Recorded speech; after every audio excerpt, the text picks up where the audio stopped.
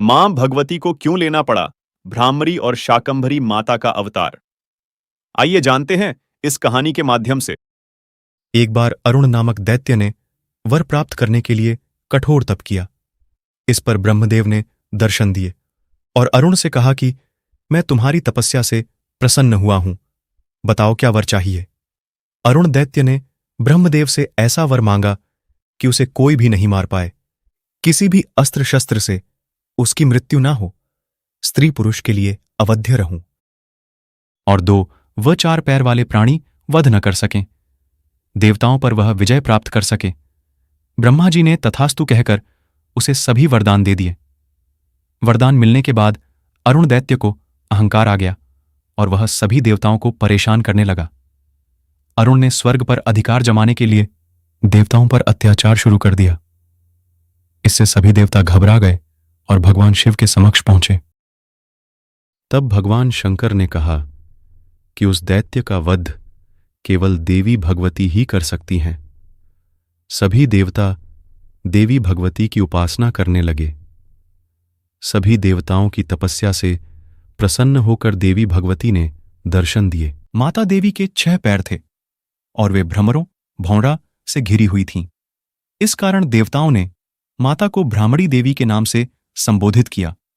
देवताओं की पीड़ा देखकर माता ने भ्रमरों को अरुण का वध करने का आदेश दिया, जिसके बाद पूरा ब्रह्मांड भ्रमरों से घिर गया।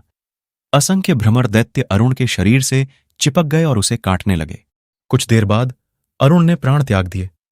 इस प्रकार मां भ्रामरी देवी ने देवताओं की रक्षा की।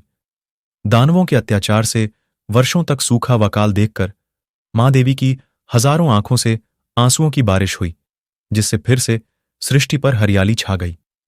इस वजह से माता का नाम शताक्षी पड़ा। देवी ने अपनी शक्तियों से कई प्रकार की शाक, फल व वनस्पतियों को प्रकट किया, जिससे देवी का नाम शाकंभरी भी पड़ा। शाकंभरी माता चौहान वंश की कुलदेवी हैं। ऐसा कहा और माना जाता है कि पृथ्वीराज चौहान राजा को देवी से आशीर्वाद प्राप्त था कि जहां तक वह अपने घोड़े को घुमाएगा, पूरी भूमि चांदी में बदल जाएगी।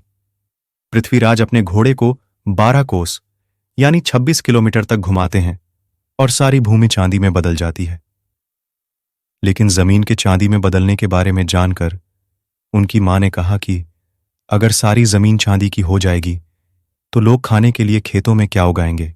इस प्रकार पृथ्वीराज ने इच्छा वापस लेने के लिए देवी शाकंभरी की पुनः पूजा की, लेकिन वरदान वापस होना संभव नहीं था। तो इसके बदले देवी शाकंभरी ने सभी चांदी को नमक में बदल दिया, जो लोगों के लिए उपयोगी होगी और चोरी भी नहीं की जा सकेगी। इसी के बारे एक कहावत है जो पूरी कहानी बताते हैं कि 12 कोस घोड़ा फिरा, हुई चांदी की खान, मुझे कौन खाने दे मैया, लड़सी आलम जान, तभी कर दिया नमक पानी, मां शाकंभरी रानी। क्या आप माता भगवती की यह अद्भुत कहानी जानते थे? हमें कमेंट करके जरूर बताएं।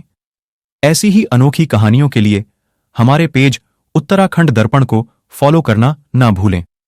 धन्यवाद।